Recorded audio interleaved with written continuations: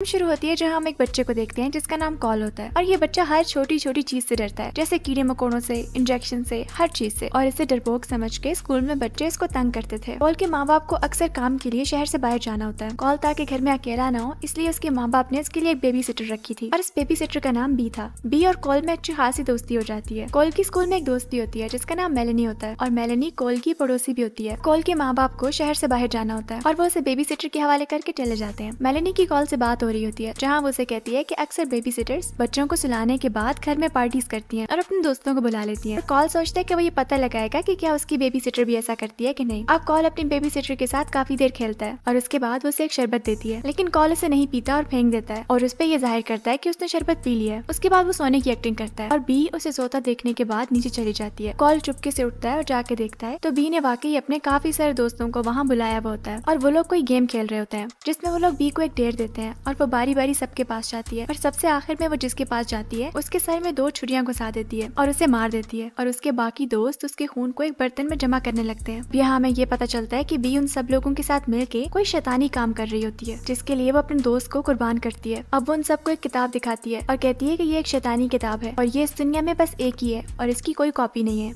अब वो उनको बताती है कि जिस आदमी को उन्होंने कुर्बान किया है उसका खून उन्हें इस किताब पे डालना होगा, लेकिन इसके साथ साथ उन्हें एक बच्चे का खून भी चाहिए होगा और अब ये बच्चा उन्हें कॉल के अलावा और कौन मिल सकता था। कॉल ये सुन के बहुत डरता है और जल्दी से अपने कमरे में जाके सोने की एक्टिंग करता है। अब ये लोग ऊपर आते हैं और इंजेक्शन में उसका खून लेके जाते हैं। कॉल को हालांकि इंजेक्शन से बहुत डर लगता है, लेकिन वो अपने डर पे काबू पाता है और बिल्कुल सोने की एक्टिंग करता है। बी ने कॉल को जो ड्रिंक दिया था उसमें उसने एक ड्रग मिलाई थी और उसका ख्याल था कि कॉल अगले 8 घंटे तक बिल्कुल नहीं उठेगा। अब जब वो लोग खून लेके वहाँ से चले जाते हैं तो कॉल पुलिस वालों को फोन करता है। अब कॉल सोचता है कि वो वहाँ से भाग जाएगा। उसके लिए वो काफी सारे कपड़ों को जमा करता है और अपनी खिड़की से बाहर बांध के फेंक देता है, लेकिन इससे पहले कि वो वहाँ से उतर सकता बी वहाँ आ जाती है। वो लोग चूंकि कॉल का काफी खून निकाल चुके होते हैं तो वो वहाँ बेहोश हो जाता है और कॉल की जब आंख खुलती है तो वो एक चेयर के साथ बंधा हुआ होता है और उसकी बेबी सिटर और उसके सारे दोस्त उसके सामने खड़े होते हैं। कॉल उनके सामने ऐसे जाहिर करता है कि जैसे उसे कुछ भी नहीं पता। अब तभी वहाँ पुलिस आ जाती है और बी का एक दोस्त एक पुलिस वाले को मार देता है और दूसरे को बी मार देती है। अब उस लड़ाई के दौरान एक गोली बी की एक दोस्त को भी लग जाती है, लेकिन वहाँ सारे पुलिस वाले मारे जाते हैं। लेकिन अब पुलिस की वॉकी टॉकी पे मुसलसल मैसेजेस आ रहे होते हैं और वो लोग हालात के बारे में पूछ रहे होते हैं और कोर्ट चूंकि सिर्फ कॉल को पता होता है तो वो लोग उसे डरा धमका के उससे कोर्ट पूछ लेते हैं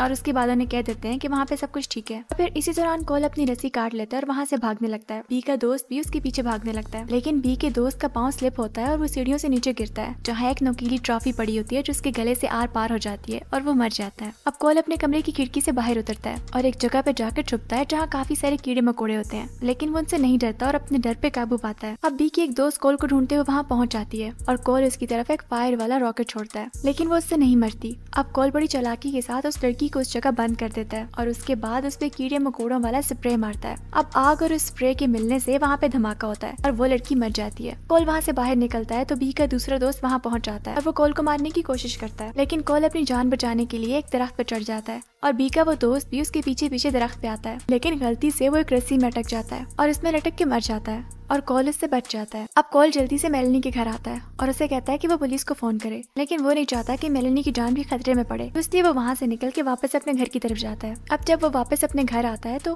बी ने उसके घर को काफी साफ कर दिया होता है और ऐसा लग रहा होता है जैसे यहाँ कुछ नहीं हुआ, लेकिन बी की एक दोस्त अभी भी एक सोफे पे पड़ी होती है जिसे वो समझ रहा था कि मर चुकी है, लेकिन वो जिंदा होती है और उठ के उस पर हमला करती है। तभी बी वहाँ आती है और अपनी दोस्त को गोली मार के मार देती है। अब वो कॉल की तरफ आने लगती है, लेकिन कॉल ने उसकी वो किताब उठा ली होती है और वो उसे कहता है कि अगर तुम मेरी तरफ आई तो मैं इस किताब को जला दूंगा, जिस पर वो उसे ऐसा करने से मना करती है क्योंकि ये किताब उसके लिए बहुत जरूरी थी। अब वो कॉल को बताती है कि इस किताब के जरिए वो एक रिचुअल कर रही है जिसे पूरा करने के बाद वो जो चाहेगी उसे मिल जाएगा। और वो यहाँ कॉल को ये भी बताती है कि वो ये रिचुअल पहली बार नहीं कर रही बल्कि इससे पहले भी कर चुकी है। अब वो कॉल को कहती है कि अगर तुम पुलिस को ये कहोगे कि मेरी दोस्त किलर थी और मैं बेकसूर हूँ तो मैं तुम्हें जाने दूंगी, लेकिन कॉल इसकी बात नहीं सुनता और उसकी किताब को आग लगा के वहाँ से भाग जाता है। उसके बाद वो अपनी पड़ोसी की गाड़ी में बैठ के उस गाड़ी को घर के अंदर ले जाता है और उसे लगता है कि बी उसकी गाड़ी के नीचे आ गई है। उसके बाद कॉल गाड़ी से बाहर आता है। अब पुलिस भी वहाँ पहुँच चुकी होती है और कॉल के माँ बाप भी वहाँ आ जाते हैं। अब सब कुछ नॉर्मल हो चुका होता है और मेलेनी कॉल को कहती है कि वो बहुत बहादुर है और उसने अपने सारे डर का मुकाबला करते हुए इतनी बड़ी लड़ाई की है। अब एक फायर फाइटर अंदर जाके कॉल के घर को चेक करता है, लेकिन तभी हमें पता चलता है कि बी जिंदा थी, मरी नहीं थी और वो उस फायर फाइटर को मार देती है और यहाँ ये फिल्म खत्म हो जाती है। अगर आपको ये फिल्म अच्छी लगी है तो इस चैनल को सब्सक्राइब कीजिएगा और इस वीडियो को लाइक करना मत भूलिएगा।